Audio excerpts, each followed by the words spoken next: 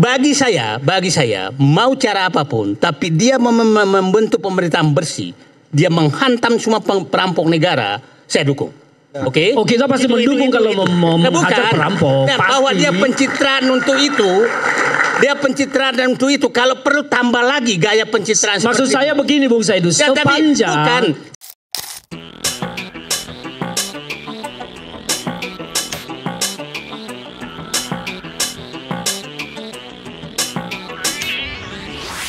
Berdasarkan riset terbaru Indonesia Social Insight, IDSI, Menteri Keuangan Purbaya Yudi Sadewa menempati posisi teratas sebagai menteri paling difavoritkan publik dengan tingkat penilaian positif mencapai 83,7%. Capaian ini mencerminkan kepercayaan masyarakat terhadap arah baru kebijakan ekonomi yang dinilai lebih terbuka, inklusif, dan berpihak pada rakyat. Kini, perhatian publik tertuju pada langkah selanjutnya dari sosok yang dijuluki Menteri Koboi ini. Akankah Purbaya mampu membawa Indonesia menuju era ekonomi baru yang lebih tangguh dan berkeadilan?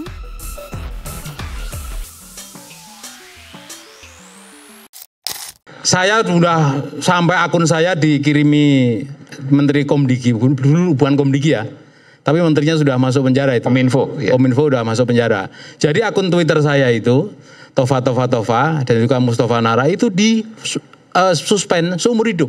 Nggak boleh membuat lagi selama KTP-nya masih belum berubah alamatnya. Itu yang saya lakukan. Lihat di IG saya ceritakan kasusnya itu. Kenapa? Saya mendukung ini. Ketika saya diserang oleh akun bot, itu bukan berarti musuh saya yang membuat akun itu. Saya bisa membuat sendiri untuk seolah-olah saya itu diserang. Jadi nggak mudah kita menuduh mesti pasti akunnya Pak Purbaya yang nyerang saya kan itu. Nggak mudah. Tidak kurang kerjaan membuat akun bot menyerang diri saya sendiri. Bukan ini teori bukan Anda. Kalau Anda nggak mungkin bisa membuat itu. Ini kepentingan besar, misalkan antar artinya capres. sangat sulit untuk bisa mendeteksi bahwa itu timnya Pak Purbaya yang nyerang. Susah. Saya pernah dipanggil ke Polda Metro Jaya, akun saya itu dipakai orang untuk membobol Arta Graha. Pak, saya dilaporan Pak siapa namanya? Pak Tommy Minata, melalui kuasa hukumnya. Saya dipanggil ke Polda Metro karena akun Anda membobol akun Arta Graha dan menemukan surat untuk menggerakkan karyawan Arta Graha untuk demo menandingi 411. Oke. Jadi, ini 2017 ya? Ya, itu akun bot. Jadi akun bot itu bisa digerakkan dan itu ciri khasnya khas. Wolornya nggak banyak angka ekor-ekornya. Itu bot. Dan itu nggak lama. Itu soal akun. Kemudian yang kedua soal pencitraan. Apa bedanya kalau tadi kan menuding no problem. Bung Ferdinand, ini Pak Purbaya mirip dengan Pak Jokowi pada tahap awal 2012. Bedanya apa? Gini, pencitraan boleh saja. Dan itu kalau namanya politik itu dekat dengan pencitraan. Nggak mungkin politik kemudian apa adanya ngomong saya itu miskin, uang baju saya harganya 100.000. Tapi asal sesuai dengan kenyataan no problem. Apa yang dia pikirkan, dia katakan, dia perbuat sama. Inline, no problem, pencitraan. Karena memang pencitraan itu memang alat yang gratis. Pak Jokowi kan juga sama. Dulu kan memang no problem, kebohongannya yang dipersoalkan. Kan baru ketahuan belakangan kalau menurut Bung Ferdinand. Ketahuannya belakangan, kalau sekarang nggak ketahuan Pak Purbaya. Belum ketahuan, nanti akan ketahuan saja. Maka nggak bisa nuduh di awal. Nggak kan nuduh di awal kan gimana caranya pakai dukun. Nggak, itu kan dugaan Pak. Kalau pakai dugaan nggak apa-apa, kata dugaan. Dugaan dia, tapi menduga sebelum begini. Kita lihatlah. Saya katakan tadi. Saya yakin betul bahwa ini adalah arahan presiden karena Purbaya bukan karakternya seperti itu. Tapi tadi Bang Tova bilang udah karakternya di LPS juga udah begitu. Ini mana yang benar nih? Oh, bukan, maksudnya ada batasan waktu. Ada batasan waktu Purbaya umur berapa? Dia umur 9 tahun dengan umur 39 ya beda. Maksud saya buka-buka di internet. Tadi Bung Tova bilang waktu di LPS sudah begitu. Kan belum lama LPS. Bilang belum. Setelah Menteri Keuangan jadi begitu. Ini gimana? Yang mana yang benar nih? Bukan Anda terlalu berlebihan. Jadi begini. Bagi saya mau cara apapun, tapi dia membentuk pemerintahan bersih, dia menghantam semua perampok negara, saya dukung. Oke? Kita pasti mendukung kalau mau menghajar perampok. Bahwa dia pencitraan untuk itu. Dia pencitraan dan itu kalau perlu tambah lagi gaya pencitraan. Maksud saya begini Bung Saidus, Ya, tapi bukan, karena sepanjang langsung- statementnya belum ditindaklanjuti dengan kebijakan, bagi saya itu pencitraan. Itu kan cara. Sekarang masih hanya sebatas statement Tapi seperti gini, kita udah thrifting puluhan di- tahun. thrifting Gaya itu. Anda selalu begitu. Sampai sekarang kan belum ada kebijakan yang dilakukan, Gini, baru ngomong Bang. soal thrifting. Ya gini Bang. Jadi saya mau luruskan sedikit ya. Iya. Bahwa soal dana mengendap itu template gaya pencitraannya Sri Mulyani setiap tahun. Iya. Oke. Artinya nggak ada yang baru dengan Pak Purbaya itu soal dana mengendap di perbankan. Di Solusinya, daerah. iya, solusinya bahkan hampir nggak ada juga. Iya. Jadi kita bisa melihat kalau dilihat sebagai pencitraan, tim medsosnya saya nggak tahu beda apa enggak dengan Bu Sri Mulyani. Oke, tapi tim ekonomi ya, ini sama infrastruktur yang dipakai, gitu loh.